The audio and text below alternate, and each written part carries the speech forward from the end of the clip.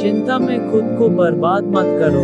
चिंता हमारे मन और शरीर दोनों के लिए हानिकारक होती है।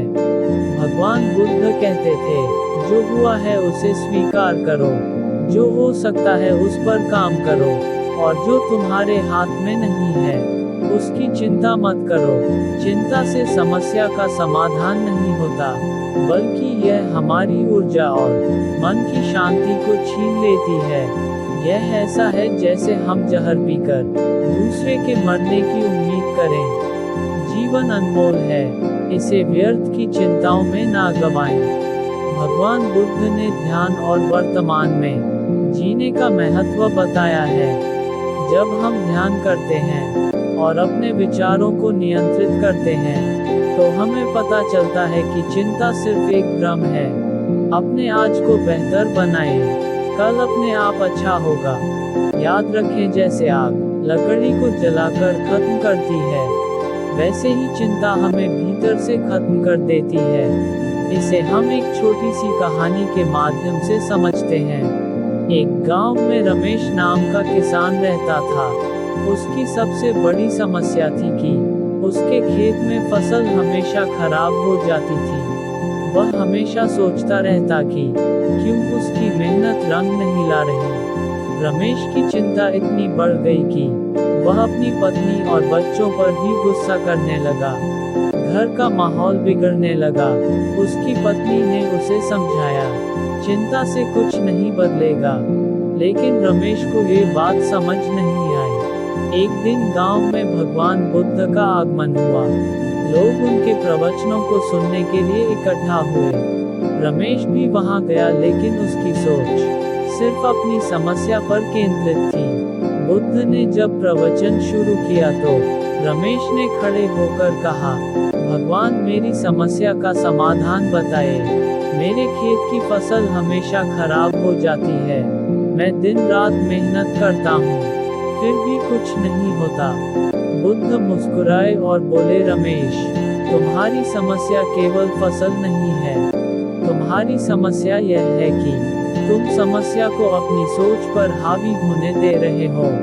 रमेश ने कहा, लेकिन मैं अपनी फसल की चिंता कैसे ना करूं? यह मेरी जीविका है। बुद्ध ने जवाब दिया, मैं तुम्हें एक बीज दूंगा, इसे बो और देखो कि क्या होता है। बुद्ध ने रमेश को एक छोटा सा बीज दिया और कहा, इस बीज को बोने से पहले तुम्हें अपने सभी बुरे विचारों को त्यागना होगा। केवल शांति और सकारात्मकता के साथ इसे पानी देना होगा। रमेश ने बीज को अपने खेत में बो दिया, लेकिन हर दिन वह और नकारात्मक विचारों से घिरा रहता। जब भी वह बीज को देखने जाता, वह कमजोर दिखता। रमेश को समझ आया कि उसकी चिंता और क्रोध बीज को प्रभावित कर रहे हैं। उसने बुद्ध की बातों पर ध्यान दिया और शांत रहना शुरू किया। धीरे धीरे रमेश ने ध्यान लगाना शुरू किया और सकारात्मक विचारों को अपनाया। उसने बीज को बिना चिंता किए पानी देना शुरू किया। कुछ महीनों बाद बीज से एक मजबूत और स्वस्थ पौधा निकला। रमेश ये देखकर हैरान था। रमेश बुद्ध के पास गया और कहा, भगवान, ये पौधा कैसे इतना स्वस्थ हुआ?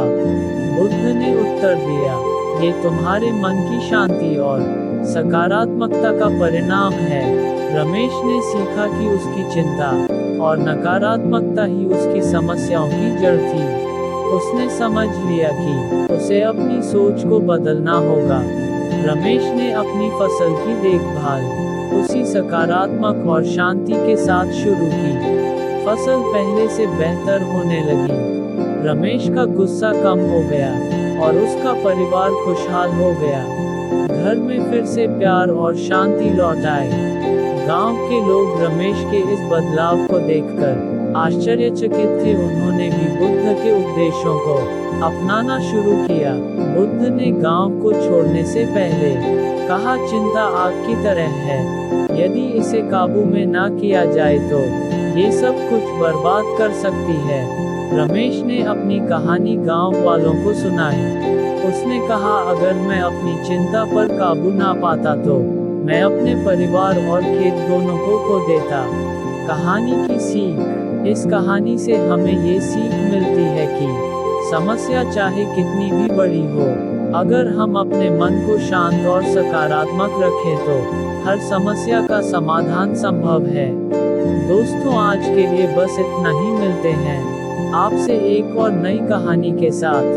धन्यवाद।